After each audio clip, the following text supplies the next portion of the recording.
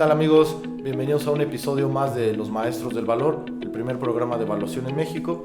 Y bueno, el día de hoy vamos a hablar sobre evaluación de obras de arte. Para eso hemos invitado a la maestra Norma Andrea Sánchez. Ella es licenciada en Restauración de Bienes Culturales y maestra en evaluación. Además forma parte del cuerpo docente de la UDG. Comentamos con la audiencia que en el año 2019 participó en el Congreso Nacional de Evaluación celebrado en la ciudad de Chihuahua con la ponencia Evaluación de una Marina, una obra de la serie del autor Guillermo Gómez Mayorga. En el año 2021 participó nuevamente en el Congreso Nacional de Evaluación celebrado en Guadalajara con la ponencia Evaluación de una pintura virreinal usando el proceso analítico jerárquico. Así que bueno, vamos a conocer a la maestra Andrea, quien nos hablará un poco más acerca de evaluación y obras de arte. ¿Qué tal, maestra Andrea? Bueno, pues bienvenida a este espacio, bienvenida a los Maestros del Valor. Pues antes que nada, pues muchas gracias por aceptar esta entrevista. Bienvenida a tu programa, Andrea. Muchísimas gracias, Francisco. Es un gusto estar aquí. Es un honor participar en esta entrevista. Gracias. Bueno, muchas gracias, maestra. Bueno, pues primero que nada, como ya se dice en la introducción de este programa, vamos a hablar sobre la evaluación de obras de arte y sobre el método analítico jerárquico. Y en algunas de tus ponencias, como la de en Chihuahua en el 2019 o ahora en el Congreso de Guadalajara en el 2021, mencionas esta frase con la que abres, que dice así: el arte existe como sistema articulado en funciones que corresponden a sujetos productores de la cultura, artistas, críticos, galeristas, directores de museo, curadores, restauradores, coleccionistas, público y medios de comunicación. Y es una frase del autor Juanes de Benito Oliva de 1990. ¿Qué podríamos compartir para la audiencia sobre esta frase que puedan reflexionar o que es importante que analice? Yo compartí esta frase, se me hizo muy importante porque es una frase que abarca como todos los aspectos del arte. Para poder realizar la evaluación de obras artísticas es necesario conocer todos sus factores y por ejemplo, cada perfil profesional tiene una perspectiva de valoración o de apreciación de la obra y muchas veces esta apreciación debe de exponerse en el proceso evaluatorio para poder tener una evaluación acertada. Por eso creí relevante compartir esa cita. Ok, excelente. Bueno, pues también recordemos que este programa está dirigido a estudiantes de especialidad y maestría en evaluación, de tal manera y al público en general para ayudar a abrir la perspectiva en la mente. Entonces, nos gustaría preguntar, hemos visto en las presentaciones que se habla sobre la autenticidad de la obra. ¿Qué comentarios, reflexiones, características podemos mencionar sobre este tema, sobre la autenticidad? La autenticidad, por ejemplo, se refiere cuando la obra es de un autor específico y también corresponde a una época determinada y como tal tiene una técnica de manufactura en específico. Usualmente en la tasación de obras, la autenticidad se daba a través de la procedencia de la obra, es decir, como una línea del tiempo en la que desde la creación de la obra hasta el momento actual, es decir, quiénes han sido los propietarios y por qué procesos ha pasado esta obra a través del tiempo. Durante este trayecto pudo haber sucedido que la pintura se haya intervenido o haya cambiado de propietarios y haya tenido exposiciones. Estas se pueden ver muchas veces en los registros al reverso. O sea, toda esta historia de la obra es como usualmente se da esta autenticidad, o sea, a través de la procedencia. Pero no siempre se cuenta con esta información. O sea, cuando yo encuentro una obra que no tiene esta línea del tiempo tan clara, yo trato de sanarlo un poco a través de la técnica de manufactura de la obra. Por ejemplo, si se dice que la obra es de un determinado siglo, o sea, que la técnica de factura tenga correspondencia. En el caso de mi ponencia de la vista de Huancavelica, Perú, o sea, se puede apreciar que la obra tiene técnicas de manufactura propias de la colonia del siglo XVII, por el tipo de soportes textiles, o por ejemplo en una pintura al óleo cómo se craquela la obra al paso del tiempo. Y ojo, aquí hay que tener en cuenta que una cosa es el paso del tiempo de los materiales de la obra y otra cosa son los deterioros. No necesariamente porque una obra esté deteriorada significa que es más antigua. Entonces hay que tener un ojo muy crítico para poder apreciar estas transformaciones del tiempo y cuando son deterioros y cuando no. Espero haberme explicado, o sí.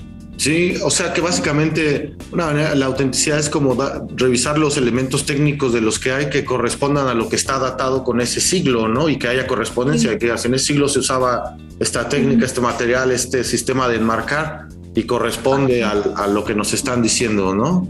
De montajes, sí, el tipo de pigmentos, el tipo de técnicas, el estilo incluso, o sea, bueno, pero muchas veces el estilo puede ser tomado con precaución, porque, bueno, en la actualidad se pueden imitar estilos antiguos, o sea, no necesariamente, o sea, son exclusivos de una época en específico. Y, por ejemplo, cuando se compra o se vende una obra que se dice que es de determinado autor y que, bueno, el autor ya pues tiene cierto prestigio, que valen, la autenticidad, bueno, se verifica de acuerdo a lo que nos dijiste, o sea, si es el recorrido, por ejemplo, no sé, de un Diego Rivera o algo, y está documentado y se sabe que estuvo en tales museos, bueno, a lo mejor ahí no hay problema, pero ¿qué tal si aparece un cuadro que no es tan famoso, que se conoce en la colección de Diego Rivera o de otro autor? ¿Se podría documentar mediante otro elemento quizá indirecto como, pues no sé, a lo mejor que aparezca en una fotografía en su casa o que sus familiares digan así alguna, o no es válido esos elementos? Podría ser válido hasta cierto punto. Ojo, bueno, primero se tiene que ver la firma que está en la obra. Eso es básico. Y que a través de un análisis pericial se determine que la firma sí es original. O sea, que no fue repintada después, que tenga una coincidencia, por ejemplo, con la factura. Otra vez volvemos. O sea, yo en las firmas me fijo mucho si sigue el patrón de craqueladura de la obra, o sea, que no se vea como encimada o que sea un añadido. Algo muy importante cuando se encuentran obras nuevas de artistas famosos o relevantes, la autenticidad solo te la puede dar la persona que heredó los derechos morales. O sea, por ejemplo, muchas veces son los hijos de artistas o la familia. Si este tipo de personas no te da, o sea, no te da la autentificación, usualmente no. Salud. Perdón. Sí, usualmente no, o sea, no se toma en cuenta. Okay. O se toma como una atribución, pero esto sí afectaría pues la tasación. Ok. Y bueno, por ejemplo, en este caso nosotros vamos a hablar un poco sobre el proceso analítico jerárquico, pero ya sea ese o cualquier otro método que se use para hacer evaluación de obras de arte, ¿cuáles son las variables? Bueno, por ejemplo, si nos están viendo estudiantes de especialidad o maestría y ellos saben que pues, para evaluar un inmueble, las variables que describen es el tamaño del terreno, metros de la construcción, materiales obviamente económicos o de lujo, etcétera. En una obra, ¿cuáles son así como las variables que deban entrar como de rigor en una evaluación de obras de arte? Bueno, en un evalúo, o sea, primero, la mayoría de las obras, de las variables son cualitativas y usualmente solo hay una cuantitativa, que es la de superficie o la de dimensiones. O sea, incluso en escultura, pintura, bueno, en la mayoría de obras artísticas, la cuantitativa es superficie, todas las demás son cualitativas. Por eso yo decidí utilizar el proceso analítico jerárquico, porque es el que te permite manejar este tipo de variables. Y dentro de las variables puede haber como tangibles e intangibles. Usualmente las variables intangibles es las que sustentan el valor de la obra. Las básicas son autor, el tema representado y la época de la obra. Ojo, para determinar estas variables se parte del contexto geográfico, es de creación, no donde se va a hacer la venta, o sea, dónde se creó la pintura. El artista es europeo, es de África, de qué país es, y ya después de eso se parten las demás variables. que serían pues el autor, el tema representado y de eso ya se parte a las variables tangibles, que serían técnica, las dimensiones y el estado de conservación. Ok, entonces se dividen entre tangibles e intangibles. Ajá. Y cualitativas y cuantitativas. Y una frase que me llama la atención, que acaba de decir maestra hace un momento, es: las variables intangibles son las que dan sustento al valor de la obra, ¿verdad? Sí, son las de mayor importancia. Incluso en ambos casos que analicé, por ejemplo, en este caso de autor o de tema representado es la que mayor importancia tiene. O sea, puede ser como el 50% de importancia dentro de los criterios aproximadamente.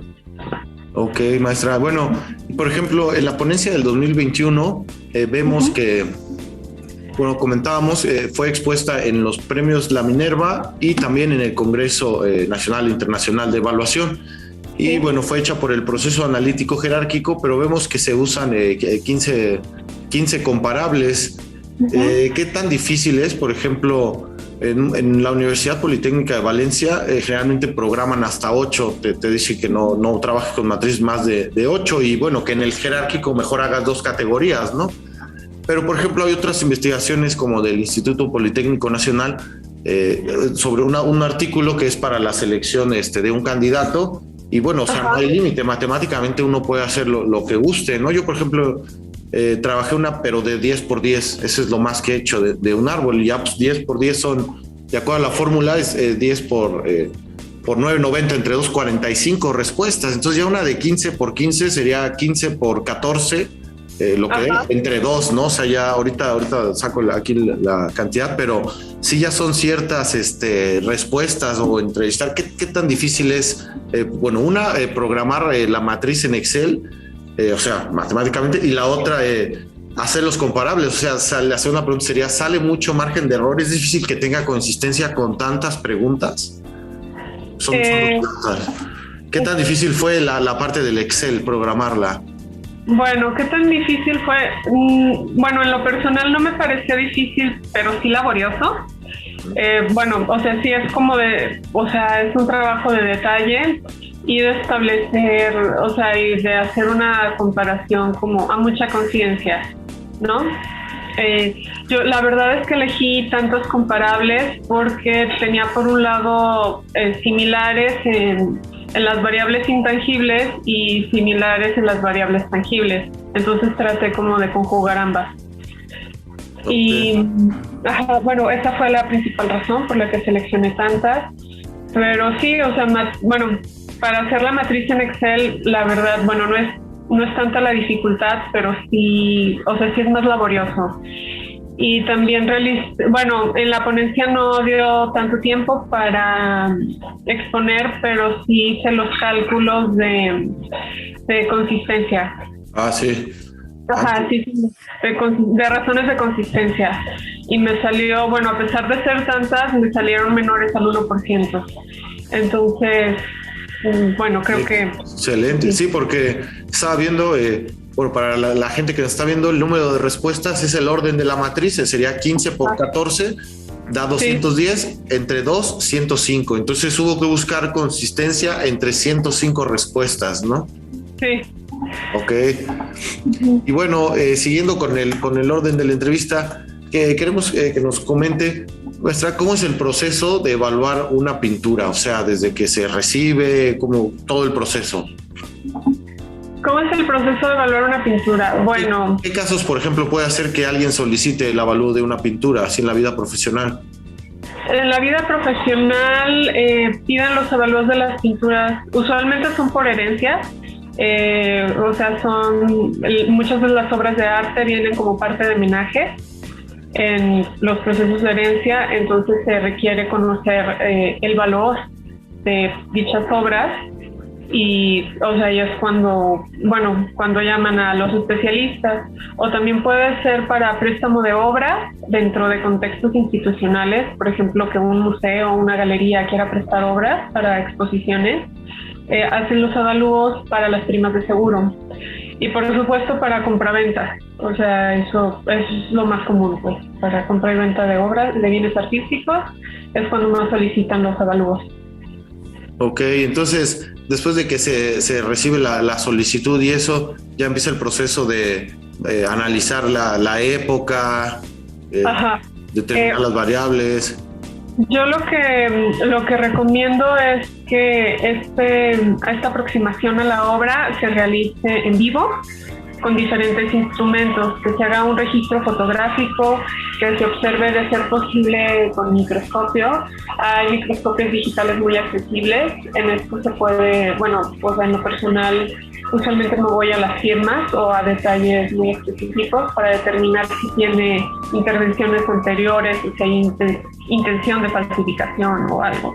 Y sobre todo cómo está el estado de conservación. Te puedes ayudar, por ejemplo, de lupas. Yo utilizo mucho la lámpara de luz ultravioleta. O sea, me ayuda a determinar mucho el estado de conservación, cómo se ven los barnices o añadidos. Es también importante ver los reversos. Los reversos te pueden dar muchísimos datos. O sea, sobre todo en la procedencia puedes ver si tiene sellos de exposiciones, si tiene notas, si tiene firmas. O sea, todo esto ayuda.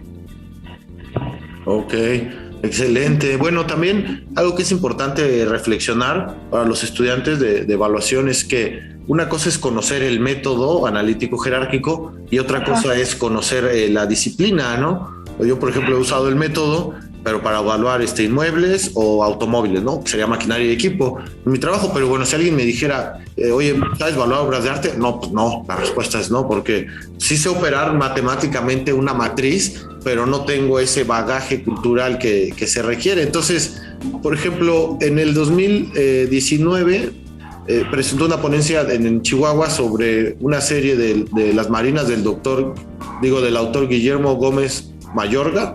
Ajá, sí. Y ahora en el 2021 la pintura de la vista virreinal de Huancavelica, Perú. Entonces, por ejemplo, desde el punto de vista artístico, ¿qué diferencias hay de época, de técnica? ¿Qué podemos comentar acerca de estas dos pinturas? De estas dos pinturas, bueno, por ejemplo, la primera, la que se presentó en 2019 en Chihuahua, es una marina de Guillermo Gómez Mayorga.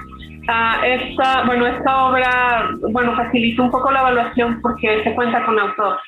O sea, el problema es cuando no se tiene el autor, bueno, como en la segunda pintura, que no se tiene el autor, pero sí se tiene la época. O sea, ahí es como más difícil, establecer las comparables. En la primera, de la marina, o sea, lo que me llamó mucho la atención fue que además es una pintura que era el tema predilecto del autor. Entonces esto me ayudó a conocer mucho de su labor artística. En cuanto a la evaluación de obras, a mí es algo que se me hace sumamente satisfactorio, porque para poder realizar el avalúo de una pintura necesitas conocer muchos factores del campo artístico. No solo es uno, necesitas conocer de todo, de conservación, de estética, de temas representados, de técnicas, y la evaluación es como un pretexto para articularlos todos. Por eso a mí me parece sumamente interesante. Y sí, concuerdo contigo, o sea, de que sí se puede conocer acerca de la evaluación, pero es importante tener el respaldo de conocimientos o de especialistas para realizar para pasar un fenómeno tan complejo que es el arte. Ok, bueno, maestra, también nos gustaría comentar, sabemos que lo común de los perfiles de la maestría en evaluación pues es que sean ingenieros o arquitectos, ¿no? No, un servidor es ingeniero civil. No tiene nada de malo, pero es muy interesante, satisfactorio cuando llegan perfiles diferentes. Por ejemplo, el ingeniero Martín Loza Vargas, él es ingeniero forestal, hizo sus prácticas en áreas naturales protegidas y después se metió a la maestría en evaluación y bueno, su tesis la hizo sobre valoración de medio ambiente, etcétera, y bueno, pues es un deleite, ¿no? Entonces, en este caso es interesante, es licenciada en restauración de bienes culturales y fue a la maestría en evaluación. ¿Cómo fue un poco esa espinita? ¿Podrías compartirnos o cómo llegaste a la maestría en evaluación? ¿Cómo llegué a la maestría en evaluación? Fue, la verdad, por problemas y retos profesionales a los que me enfrenté.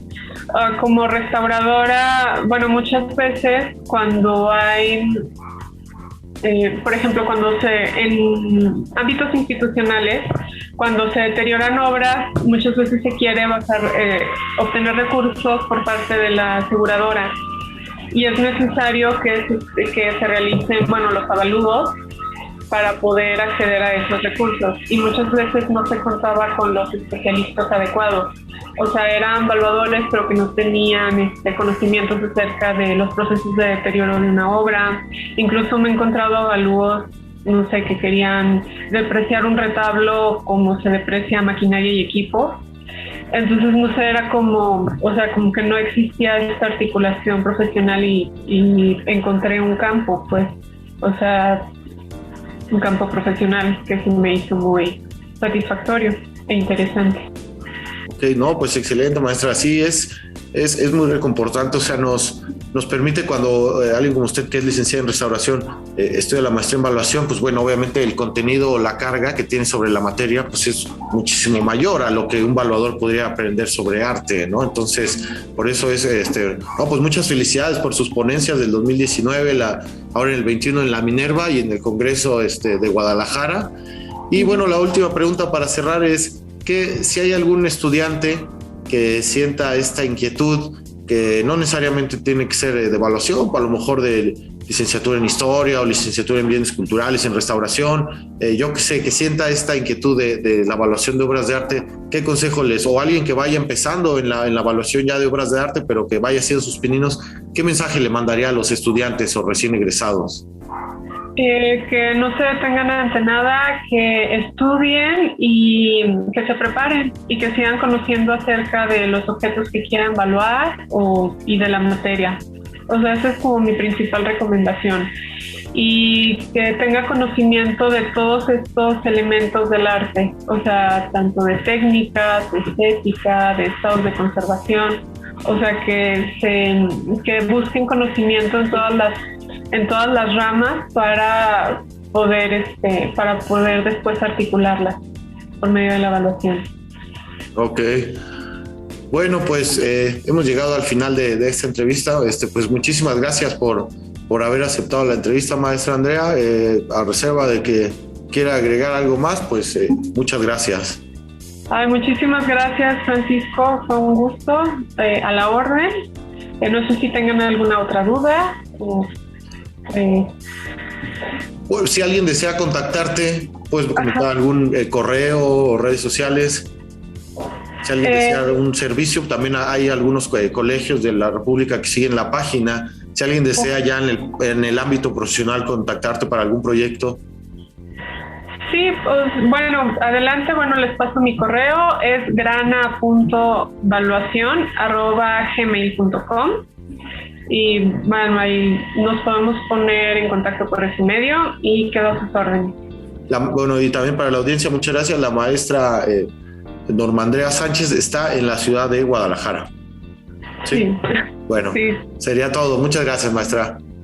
Sí, muchísimas gracias, Francisco. Un placer. Bueno, y a nuestra audiencia, pues nos vemos la próxima. Hasta luego. Bueno, amigos, pues hemos llegado al final del programa. Muchas gracias por habernos acompañado. Nos vemos en el siguiente capítulo, donde conoceremos a nuestro siguiente maestro del valor.